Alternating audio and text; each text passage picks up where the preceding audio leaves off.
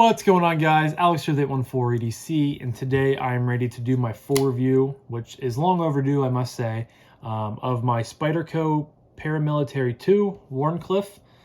This is, of course, the Cutlery Shoppe exclusive, the satin version, not the DLC version. I've had this for, it's probably been between 2 and 3 months by now, so I apologize for it being, well overdue if you're someone out there who was waiting for me to do my review on it. It took a while to get around to it, but I am finally ready to do it. So of course, like I said, this is the Wharncliffe version of the PM2. If you guys are watching my channel, you guys have probably watched tens of millions of minutes of PM2 reviewers or videos from reviewers out there. It's a very, standard knife in the community. It's a very, popular knife.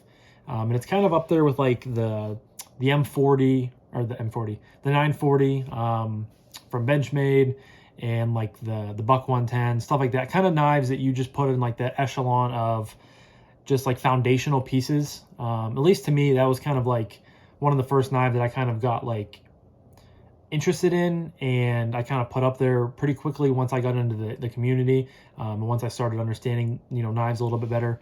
And this was my first one that I got. I hadn't had one before this. Of course, I had my Para 3. I've had this for about 2 years now. But I held off on getting a PM2 for a while. I just, I don't really know why, because there were and still are a ton of different, sprint runs and exclusives and, different things like that. You can get it in practically any steel, which is something I'll probably touch on a little bit later, kind of like my last category I go over, is there's a PM2 for really everybody out there. I say everybody, but as I get on with the video, I'm going to explain, why this knife might not stay in my collection. But, you can get different steel choices. You can get, DLC coated, satin coated, or satin coated satin. You can get, different G10, I almost said flavors, G10 colors from the factory. You can get micarta from the factory, carbon fiber. There's a ton of aftermarket support, for clips and scales and, backspacers, different things like that. It's just a very foundational piece, and I don't need to tell you guys that, because most of you, like I said, probably already know that. So I don't know why I held off for so long. I always really wanted to get the Rec exclusive. It has the avocado, the FDE, and the olive drab colorway, but they haven't come back out with that yet. So this was definitely an impulse buy. When Cutlery Shoppe dropped these, it was kind of a hidden release, like nobody knew about it. And I remember sitting back. I remember what I was doing. I was sitting on my back patio, and I think I was like reading or something, because I do read a little bit on the side. James Patterson, Alex Cross, if you guys have not, looked into that yet, as if I've said that before, but I'm a huge, criminal justice, detective, police, that type of, fan. So I read Alex Cross, really good author by James Patterson, really good book series too, but I digress. I remember I was reading a book and I got on my phone to check out Instagram. I hadn't been on there for a few hours, and that was like the first thing I saw. I believe it was a Thomas More post, and I was like, oh, like a Wharncliffe, PM2 that's not in S30V, because they had done a Wharncliffe version before, of course, DLC and satin, that it was an S30V, and I just kind of wanted to wait, I guess. Not necessarily I was like actively searching Wharncliffe, but I saw that it was an CTS XHP. I can't talk today, guys. I'm sorry. Yeah, right there. CTS XHP. That's a mouthful. And I was like, okay, screw it. I'm going to buy it. So it was definitely an impulse buy. Do I regret buying it? No, because I really wanted to check out the PM2 series, the PM2 platform. And it's a really good knife. I really do enjoy it. I like it, but at the end of the day, like I said, I don't know how I feel about it. I might try to curate it, but I'll talk about that later in the video. We're almost 5 minutes in, and I haven't really started it yet, so I'm sorry for rambling on. But I have had this enough, and of course, I forgot to mention, this is not rocking the typical orange scales that you would get from the factory. This has the Chroma ink scales, so I will leave a link to them down below. I will also leave a link to this knife down below, so please go check that out if you're interested. They are still in stock. But these are Chroma scales. They do 3D printed scales, and I actually saw they're pretty much the same scales as these on Thomas Moore's Instagram page. He got sent a pair, or a set, and he checked it out. and they're 3D printed, like I said, and he, said they're pretty good quality scales for pretty affordable. I think they're like 35, 40 bucks. So I actually reached out to them on Instagram, and they sent me these to check out. So I'm also going to be kind of reviewing these as well. I really like them. I think they're a great, budget offering. They're kind of an easy, affordable, aftermarket type of scale. You can get a lot of different, designs, a lot of different patterns. Yeah, I will leave a link to them in the description if you guys want to go check out their offerings and stuff like that. So without further ado, we're going to jump into materials here. Like I just said, this is the Wharncliffe PM2. Has a beautiful full flat grind blade, as all PM2s do. Comes down to a straight edge, which makes it the Warney. It is in CTS XHP. There, I said it a little bit better. This is my first experience with this steel, and while I haven't really hard used it at all, because you guys know I don't hard use a lot of my knives unless like my bench or my bug out or anything like that for work. I saw paper, saw some Amazon packages, and the blade shape is really catered towards that. It's excellent at slicing through things, poking and ripping across. And XHP, from my understanding from different reviewers and from different videos I've seen, is a very good steel. It's kind of I think it's a tougher steel. So I was excited to check this out, and I had no complaints with that at all. So yeah, XHP. You have originally, I have them tucked away, but you do come, or this does come with orange G10 scales. Not the huge, the biggest orange fan, but they look pretty good. But I took those off, of course, for these sort of 3D, textured with 3D cubed textured chroma scales, and they feel really good in the hand. There's almost like a soft texturing to them, but they grip very, very well. Of course, you have the lanyard tube that is standard on PM2s and Para 3s. Absolutely hate this thing. I'll touch on this later, but I can't stand the Spyderco, lanyard post they put in there, or the lanyard tube they put in there. I, of course, upgraded it to the Lynch Northwest deep carry clip that is in satin to match the blade and the hardware. These are practically like a standard PM2 clip. You can get MXG gear deep carry clips as well, but I'm, kind of tucked in with Lynch. I think he puts out good products, and I try to get his products for my knives whenever they offer them for them. So that's kind of, in my opinion, that's kind of like the standard PM2 clip, because the standard, spoon clip that Spyderco puts out sometimes, like on their Para 3 and their PM2 series, are just garbage. I absolutely hate them. I don't know why in today's day of age, when deep carry clips are, pretty standard, why they can't switch them. But I'm sure that's a good thing for Casey Lynch, because he sells a lot of these things, and they look really good from an aesthetics standpoint, and they also perform very well as well, in addition to that. So of course, it's on washers like every PM2. Got the liners with some cutouts going on. Of course, the compression lock up top here, which is a Spyderco patent. And yeah, I think that's all for materials. So next up, we are going to jump to action. Action's gun in this guy. Like, if you guys have handled a PM2, you know how it feels. If you've handled a Para 3, you pretty much know how it feels, just in a little bit bigger of a package. The Spidey flick with the Spidey hole is, money. That's, one of the best ways to deploy a knife, if not the best way. I will say I had a lot of issues tinkering with this knife. The scales were hard, not necessarily the scales, but the stupid lanyard post. I don't know why Spyderco continues to use like a flare lanyard tube. I keep saying post, but a lanyard tube. They are not, I've kind of learned the way to get them off, but they are really hard to get on. I don't know why they just can't switch to a normal non-tapered, tube. I think it would work a lot better. I think a lot of people would have less issues. And I think this knife got sent to me without a washer. I believe I could only find one when I took it apart. I looked all over my floor. I spent like at least a couple hours looking on my floor, it seemed like, and I could not find it. It wasn't anywhere on my desk. So I'm convinced that they only, they produced this knife with one washer. So I had to get, I think it was Knives Plus or KP, no, Knives Plus. I got on and ordered an extra washer, and then I went to put it together. And as you guys can see, it's not centered, which kind of bugs me, but I've kind of just got to live with it. And there is some blade play, but I really hate tinkering with, PM2s. It took me a while to get my Para 3 dialed into how I want it, but it's finally there, because I do have some Rips Garage Tech scales on there, and the lanyard tube on here really bugged me, but it kind of worked out in the end. I have it set up how I want it, but for this I just couldn't get it centered, and if I tighten it up a little bit more, I have it to where it's like gonna just like you can't drop it at all.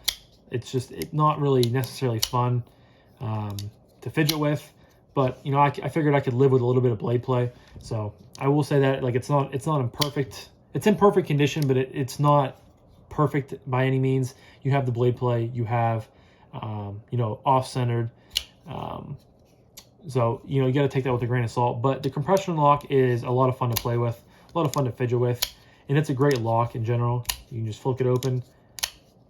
You do, from my understanding, until this gets broken in completely, and with a lot of other knives that Spyderco make with a compression lock, you kind of have to give it a little bit of wrist.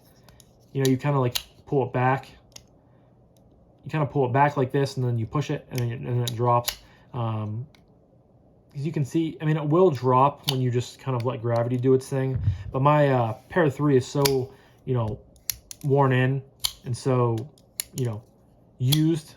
It just drops like that. So that's what the cool, it factor of the compression lock can do. But of course,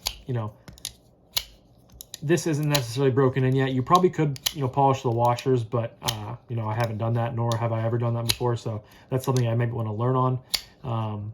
But as long as you give it a little bit of rest, and coming out, it works fine. The middle finger flick is dialed for the most part. Thumb flick's nice. You can, of course, slow roll it. So, action's pretty solid. Could it be better? Of course. Like, you could be able to just use the compression lock, push it in, and then it would drop. But, in this situation, it doesn't. But as long as you give it a little bit of kind of force behind it, it's going to shut and, be good. So, I just wanted to point that out there. I wanted, to be honest with you guys. But for some reason, I had a tough time, putting this back together. And I just want to let you guys know that. So action is good. Could be a little bit better, but of course, it just needs broken in a little bit more. It might need tightened up a little bit, or, finagled with a little bit more, but I just don't have, the patience for it right now. I was really frustrated actually whenever I sat down to do it, just because that lanyard post or lanyard tube really kind of pissed me off. But regardless, the action is still good. It's very Spyderco, like, so if you've held a PM2, if you've held a Para 3, very, very similar. So next up is Ergos. And the Ergos on this knife are fantastic. That's kind of what Spyderco, they're known for a lot of things, but I think Ergos are always very, at the top of the list, because, the Para 3 fits my hands very well. I have a Sage 5 lightweight that fits my hands very well. I had a Native 5 lightweight that did fit my hands very well. So, of course, you have the large kind of 50-50 choil up here, half handle, half blade. And you have this ramp right here, jumping on both. You guys have seen Spyderco videos before with this type of stuff. It's the same thing. Like, it locks your hands in there. Very, very comfortable. Even choked back is comfortable. You can still get that ramp if you're going to be doing some, like, push cuts or piercing cuts or anything like that. I can still get all 4 fingers on here very, very easily. Still have a little bit of room for an extra pinky if I had it. But then you choke up here, and it's just very, very comfortable. Very good to go. The scales add a little bit of, like I said earlier, it's kind of like a soft grip, a soft texturing, but it feels really, really good. Really, really good. Excuse me. Sometimes the G10 scales that they send can kind of feel like sandpaper. The like olive green ones I had from the bento box Para 3 kind of felt that way. The orange ones weren't so bad. I still have them. I'll probably give them away with the knife if I happen to trade it or sell it. But I really like these chroma scales.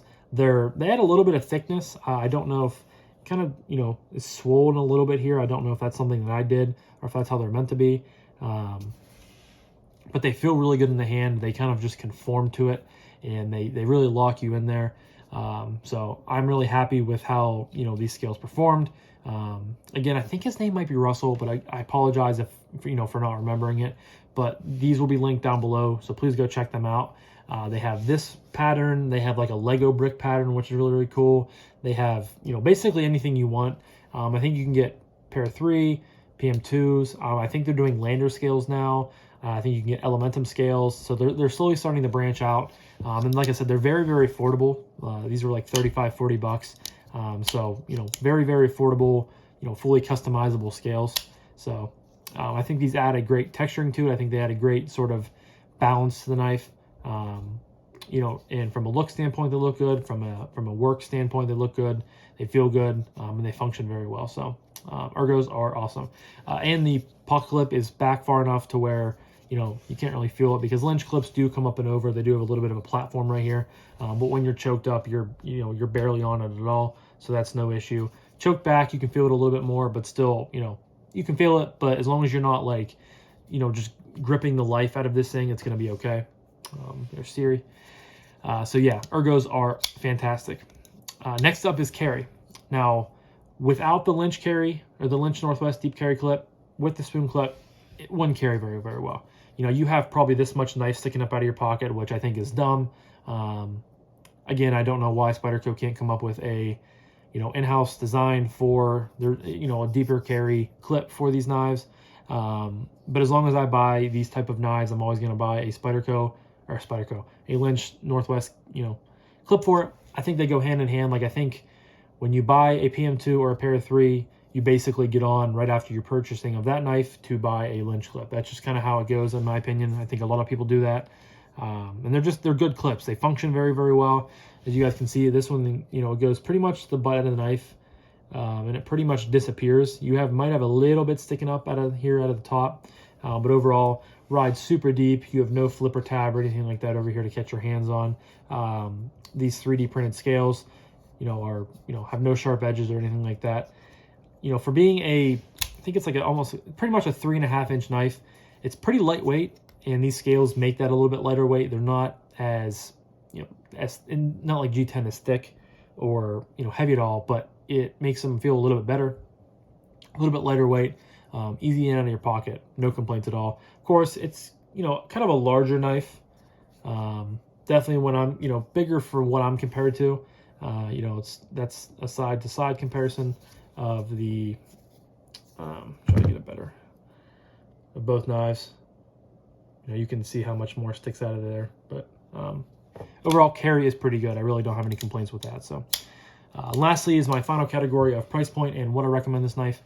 I absolutely can recommend this knife, guys. I think everybody should have some sort of, PM2 Para 3 in your collection. And that's what my thought process is, and I still think it is. But I think for me personally, now that I've handled both of these, I'm going to lean towards the PM or the Para 3. It just, fits my hand a little bit better. It's a little bit more pocket friendly, a little bit more EDC friendly, and it does everything I need it to do. To me, this is a little bit big, and I think that's why I, after the first week and a half or so, I haven't carried it a ton. It's a big knife, and I don't necessarily need all this knife. That was actually like the first thing my my fiance said when I went to her house, to hang out with her for an evening, and I had this on me, and I wanted to show it to her. I always, the cool thing that we do, or the funny thing we do, is anytime I get a new knife in, I always like show it to her, and I say, okay, what would you call this knife? And she always comes up with cool nicknames or funny names for it. That's actually a video I want to do with her in the future. We just haven't sat down to do it yet. But I think that'd be a funny and cool video to do. So hopefully someday we can sit down and get it banged out and whatnot. But the first thing she said to me was like, wow, it's kind of it's big. And it is. Like it's a long, kind of menacing looking blade. I think it looks really good from an aesthetic standpoint. It works really well because you just have this flat, straight edge down here that's just ready to cut. You have a very nice tip that's ready to pierce. But it is a very kind of long and sort of big knife. And I kind of just grew to understand that as I carried it. And then, I don't know, I'm not the biggest fan of bigger knives. You guys have heard me say multiple times before, I tend to gravitate towards smaller knives that just really carry well. Because for the cutting tasks that I'm using them for, I don't need some big pocket sword to be, opening Amazon packages, opening letters, cutting a little bit of cardboard, stuff like that. I just don't need a huge knife. And I think to me, it's the size. I'm much preferring the Para 3 over the PM2 due to its size. You know, it just fits in the hand a little bit better. And, you know, a perfect pairing was, I'm hoping they do this because I think a lot of people would buy it. I hope they make a Wharncliffe version of a Para 3, because if that was the case, I would buy it instantly. Like, it would be another impulse buy just like this, but I know I would keep that one. I know I would enjoy carrying it more because of how small it is and, you know, how pocket friendly it is, because I think that's the best of both worlds. You stick this type of blade on this handle and this size, like, that's a home run. So hopefully Spyderco in the future comes out with that. I think they'd be silly not to, because I know these have a lot of popularity around them, and I know the PM2 or the Para 3 is, you know, the preferred platform for a lot of people, myself included. So I think that's just a match made in heaven. I really think that that would sell well, and I think, you know, hopefully sometime, hopefully someone comes out with like a cool sprint run or exclusive of it. I could see, you know, Cutlery Shoppe doing something like that. So hopefully in the future, you know, that kind of materializes and, you know, becomes a real thing, because I think that would be a really, really cool, you know, addition to the, you know, Para 3 lineup. And like I said, I would buy it pretty instantly. So price point on these, I forgot to go over that. They are actually still in stock at Cutlery Shoppe. This one goes for $179, and the DLC version that came out like a month later goes for $199. So $180 for this, $200 if you want the DLC version. If I could do it all over again, I probably would wait for the DLC version, just because I think it looks, you know, a little bit more sinister, a little bit more menacing. But I do think this build, how I have it with, you know, the satin blade, the satin hardware, and the satin deep carry clip, in addition to these scales, I think it looks really good. Kind of monotone, but you know, very good in its own right. So I will leave a link to Cutlery Shoppe in the description down below if you're interested in picking this up. I'm kind of surprised they're still in stock, because a lot of the time these sprint runs and exclusives tend to go out of stock quickly. But yeah, that'll be left in the description down below. And at the end of the day, I think I'm going to try to trade it. I think, you know, there's a lot of stuff out there that I haven't got to handle, haven't got to check out. And I would rather, you know, rather than this sit in the knife case and be only carried, you know, once a month or so, probably not once a month, but, you know, 2-3 times a month maybe. I'd rather get something in that I might love, I might, you know, want to check out and stuff like that. So I'm going to see, probably after this video, I'm going to get on Facebook and like the Millie PM2 Para 3 Club, toss this up there, see if anybody would be willing to trade. Maybe if that doesn't fall, you know, if that falls through, that doesn't happen, I might, you know, try to sell it. But I really did enjoy checking it out. I have enjoyed having it in the collection, but at the end of the day, the size just is a little bit too big for me. And I'm hoping and praying that they put this blade on this size of knife, because again, I think that would be just awesome. So yeah, but again, chroma scales will be linked down below in the description. Cutlery Shoppe, link to this knife will be in the description down below, so please go check those out. And as always, Blue Creek Knives is always linked in the description. I just said always twice. As always, Blue Creek Knives is linked in the description down below. Please use code 814EDC at checkout for 10% off of your order. Helps me, helps you guys, helps Brian. It's a win-win-win, as I like to say. So leave a comment down below. Do you guys have PM2s in your collection? Do you have Para 3s in your collection? Which one do you prefer? You know, do you like my idea of putting a Wharncliffe blade on the Para 3 platform? You know, what are your guys' thoughts on that? I would love to hear it. So I'm going to wrap this one up. It's been 23 minutes and 45 seconds. So thank you guys so much for listening to me ramble. Really ramble in this video. Rave a little bit, rant a little bit. You guys know how it is here at 814EDC. So thank you guys so much for watching. I greatly appreciate each and every one of you. I hope you guys have a fantastic rest of your day, and I'll talk to you guys in the next one. Peace.